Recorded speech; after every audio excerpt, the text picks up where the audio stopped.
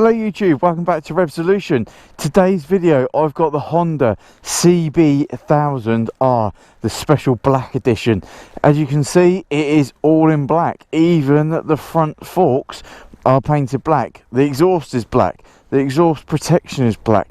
This bike looks seriously cool. Probably something Batman would ride. Nice and black. Look in the business, and it's Neo Cafe Sport range from Honda. So let's get on this very early morning ride and I'll give you a good impressions of what I think about this motorcycle. I also do like the rear hugger for the number plate and the mudguard. It looks quite nice on the single side swing arm. Anyway, here we go. So let's turn this machine on. It's got a lovely crisp Tft display, and for a standard bike sounds beautiful. Right, so like I said, this is a nice early morning ride heading over into the city of Southampton. Now the thing I do find straight away with this bike, it feels really light. I believe it's about 219 kilograms. So in the terms of the bike world, it is a relatively heavy bike. It's not a sports bike, weight at sub 200, but it doesn't feel like it. Maneuvering it around feels very nice. It's also got a quick shifter, so we're in a 50. Let's slow it down. It's got a blipper down to 10 miles an hour, nothing behind me, and there you go. It really does fly. Let's face it, I'm not going to be spanking this bike. I'm not going to be opening it up and losing my license, so just take my word for it. It is very, very quick. It wants to lift that front wheel off the ground all the time, pretty much. I'm in sport mode at the moment. Down on the left hand stalk settings, you've got a mode button that will change you from sport, standard, rain, user, which is a preset one. You can adjust back into sport, standard, rain, user, 4 settings. Now to select the mode, all you got to do is roll off the throttle, it engages that mode, and you're back into business. I'm going to leave it on standard mode for the time being, nice and easy. So this bike starts and retails at £13,000. I'll put the exact price up right now. That's about £13,000 brand new for a 998cc motorcycle producing 143 brake horsepower with 76.7 foot-pound of torque or newton meters. My mind's gone blank. I'll have to update that again on the screen. But either way, this bike does not hang around. If you want to shift, it shifts, and it lets you know that by really getting that front wheel going. You've got to lean your weight forward. So in terms of the riding position, it is, now I'm going to come out straight away and say it, I'm not a fan of naked motorcycles. Let's just listen to that blipper. Sounds gorgeous, doesn't it? Let's cruise on through the junction. Shift up with the quick shifter. It's a very smooth quick shifter as well, and before you know it, you're at your desired speed. I'm really liking this quick shifter. I haven't got a quick shifter on the Africa Twin, and you really do realise when you ride a bike with a quick shifter how much fun they are. Anyway, back to what I was saying. So naked bikes, I'm not overly keen on naked bikes. As you've probably noticed from my channel, I will review pretty much any bike. I'm not fussed. It's content, and it gives everyone who likes any bike an idea of what that bike is all about. But I am not a naked motorcycle fan, so I may be slightly negative about this bike. I'm going to start by saying the bike is brilliant, but I just don't like naked motorcycles. I like the look of them, and like I said, this bike looks the absolute business, and it shifts like off a shovel. It really doesn't hang around. The riding position, obviously you're leaning forward, your feet are raked right back into a nice sports bike position. Your back is straight, you're not hunched forward. However, I'm sure if you were to ride and give it some different body positions, it might be a little bit more interesting to ride. But let's face it, I'm just going to be taking this for a nice easy ride into Southampton. Downshifting again, turning into the corner. The bike does flick in really well. It's got quite a short wheelbase on this one, which makes it easy and nimble to throw about. So you can see, avoid the drain cover, back over, flick around. So I can imagine for filtering, which we're doing a bit at the end of this video, it's going to be a good bike for filtering. Easy to reposition yourself around the road because it feels so light when you're moving it. Flip down, use the indicator, which is very nice and easy to access down on the left hand stalk. Flip up and off we go again. Now the reason I don't really like naked motorcycles is it gives you no protection from the wind and the elements. So when you jump on the motorway, go on some nationals, you do end up kind of holding on to the bike as you're getting pelted by the wind, which I just don't find that fun. I don't find that something I want to be doing. And that was close. CB1000R is no different. I took it on the motorway yesterday briefly and just came off the motorway. I didn't enjoy it. It's got this little shroud there just above the headlight, and on the back of the display, the Tft display. I can only imagine that is purely for looks, maybe to give the Tft display some protection from road debris flicking up, smashing the underside of it. But it gives you no wind protection at all. But hey ho, it's a naked motorcycle. Like I said, I don't expect to have any wind protection on a motorcycle that's of a naked design. The wind mirrors are pretty decent. Took a little bit of time to adjust those so I could see easily without moving my elbows in, but I've nailed that now. That's all good. Flip down again. It is a very, very smooth blipper, and the bike sounds absolutely phenomenal. It really does sound good. It's got a nice deep throaty tone to it. It tips in quite, like, to the point where you think, oh, I've lent in a little bit too much there, and I'm having to straighten back up. So the agility of this bike is well up there with the good handling motorcycles. Cut this corner nice and tight. Yeah, you really can lean into this corner with the bike. Do second gear. Yeah, look at that. It's a city bike. Honda CB range, the city bike range. I'm not 100% sure what the Neo Cafe Sport means. However, it's got quite a nice ring to it. A Neo Cafe Sport. I think if you were to put like a Scorpion exhaust on this, that Honda do for like the Rebel range, this is going to sound phenomenal. With that Fireblade derived engine, producing a good 143 brake horsepower. It really does shift, honestly. In the world of naked motorcycles, elite naked motorcycles, should I say, 143 horsepower is really low. It is not a lot of horsepower, but do not be fooled. This bike delivers that power savagely. It gets to about 6,500 RPM, and it doesn't hang around. Oh, flipped it down into neutral then, as you do. Yeah, so you've got to be a little bit more firmer on that blipper, but either way it's still nice and smooth and it does work.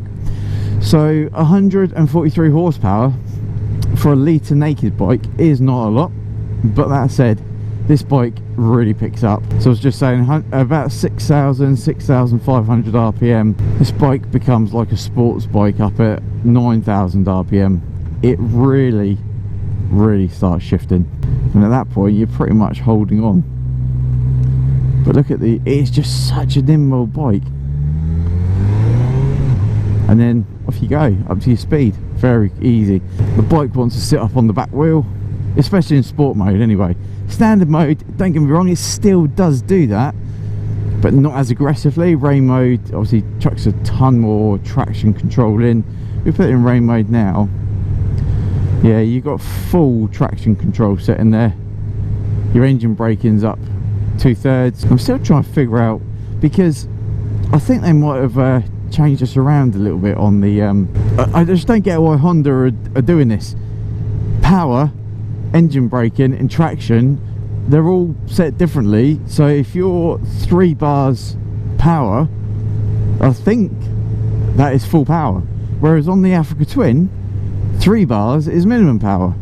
So yeah, Honda, sort it out, make it easy for us simple folks to understand, because I don't understand it. It's just not making sense how you figure out your settings. And then when you go to traction control, sorry, engine braking, 1 bar is for engine braking, 3 bars is maximum engine braking. I just don't, yeah. When you change down with the clutch and change up with the clutch, again, the bike is really smooth.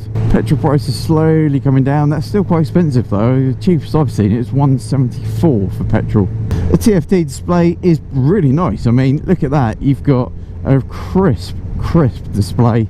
The old CB1000R was Honda's basic TFT. Well, it wasn't even a TFT display. It was just a basic display like the CB650R has. Very monotone colours, very boring, nothing exciting to look at.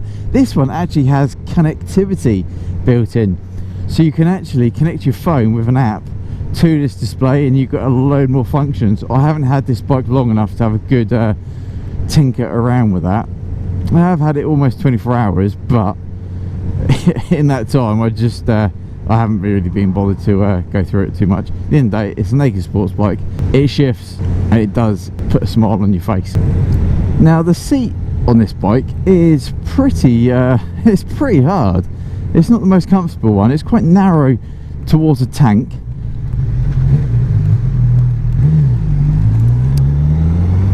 But that does mean that when you're a shorter rider like myself, 5'8", you do actually have the ability to put your feet pretty much flat-footed on the floor all the time, pretty much, unless you're on some really bad road surface where the camber drops off. I think when you first look at this bike, it does look quite tall, quite a high seat, but it's not.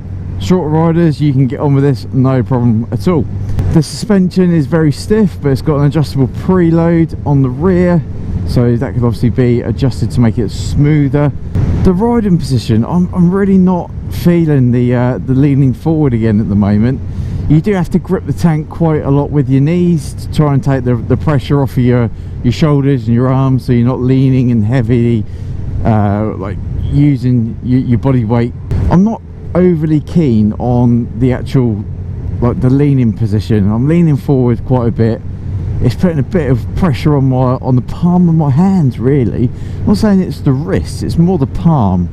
Maybe I've just got to the point in my riding that I like upright touring and adventure bikes, because they are ridiculously comfortable. This, I'm not digging it. I'm having to sit up a little bit every now and again just to get comfy. But let's face it, this is a naked sports bike. It is not designed as a comfortable long haul distance motorcycle like the Africa Twin is. I think this bike would do very well for people who want a commuter bike in the city. It is called the City Bike 1000R. I'm guessing that's City Bike 1000 Racer. And then at the weekends or your days off, you can then give it a good old ride out. You've got plenty of power. As I was saying, it's quite underpowered for a 1000 litre, yeah, all right, a 1000cc naked bike. But for the road, it is absolutely perfect. I mean, it's got more than enough power for the road. You don't need any more power than this. It throws that power down heavily in the mid-range. It is the perfect power ratio for an everyday bike. Sports bikes, yes, they're brilliant, and you get a lot more wind protection, and obviously they can punch through the air a lot better, but they want to be singing right up in the 10,000, 16,000 rev range. This limits at 11,000 RPM. It starts singing at 6,500 RPM. So it is a brilliant, versatile bike for your everyday needs. But I do think the wheelbase is quite a bit too short for my liking. A few times, I mean, like this, I'm leaning in, but I feel like the front wheel it's tipping in too much. It just feels like it needs to have a bit more of a longer wheelbase. Well, maybe I just need to ride it better. I think I'll go with the second one. I just need to ride it better. But it is a good bike. I'm not knocking the bike by saying it is rubbish. I just don't feel naked bikes. It's got great power. It's got amazing maneuverability and filtering capabilities. Honestly, this bike yesterday, when I picked it up from Honda and I was filtering through heavy rush hour traffic, I mean, it was heavy. It was with the Africa Twin, I think I would have struggled. This bike, I was nipping in and out of traffic so easy. It was just making riding enjoyable, and I absolutely love that blipper down. This bike has got such a good tone that when you blip it, it just sounds phenomenal. Now, one big thing I do not like about this bike is how they positioned the side stand. When you look down to put the side stand down, you almost can't even see it. I don't know if I can see it while I'm riding now. It is basically hidden underneath the foot peg for the rider. So you kind of got to get your heel forward of the foot peg and then just pop it down, which, yeah, if you want to put the side stand down quickly, that might be a problem. It would be nice just to have the little part for the heel just forward a little bit, just so you can easily access it. Small things make a big difference. But yeah, the wind mirrors, they are positioned nicely. Filtering, it does make it slightly awkward to filter past some car wind mirrors, because you're kind of almost in line again, like you are on Africa Twin with the vans. I think if I were to buy this bike, I'd go for bar end mirrors, because let's face it, it is obviously, you do want to know what's behind you all the time, but you might just want to glance down a little bit further to the bar ends. That'll give you a bit more clearance going through city filtering. With the display, it is quite low down, so I mean, this is my natural riding position. My head's up nice and high, I can see where I'm going, comfortable. But the bottom of my helmet, the jaw area, completely covers the TFT display. So I then need to look down. That's over exaggerated, but I need to start looking down a bit. So if I'm to ride like this, yeah, I prefer my head being up a little bit higher. So it would be nice if that naked design was moved a little bit, so you could just have your TFT up a little bit higher. If you're a taller rider, that's going to be a real problem. You're not going to be able to see the display very well, but for me, I'll live with it. Now, this doesn't have heated grips, not that I've seen anyway, and it doesn't have cruise control. No doubt that's probably an option you can get for the heated grips, but I don't think I've seen cruise control as an option on the Honda website. So, but at the end of the day, it's not a bike you're going to be using that kind of facility for. But then when you look at the other competitors out there in the naked range, you've got the likes of the BMW R1250R, which is again a naked bike of the 1250 RS, which is a fantastic bike, and that has cruise control, that has heated grips, and it's pretty much the same price as this bike. Have Honda kind of done their own legs on this bike? And I believe, off the top of my head, the 1250R is slightly more torque. I'll put up now the power of that compared to the power of this one, and also the price, and I'll let you decide. I think if I was to go for a naked bike, but then again, you've also got the S1000R, which is an absolute savage monster. Yes, it's a lot more expensive. Again, I'll put that price up now. But is the CB1000R kind of like the forgotten naked? Leave a comment below, let me know what you think. Is the CB1000R the forgotten naked that people just overlook because you got the likes of BMW, Suzuki and Yamaha with the MT range kind of dominating the naked bikes, and people just kind of overlook this one? Because let's face it, I don't honestly see many CB1000Rs out on the street. It's all the other brands. Does this give you excitement? It sure as hell does.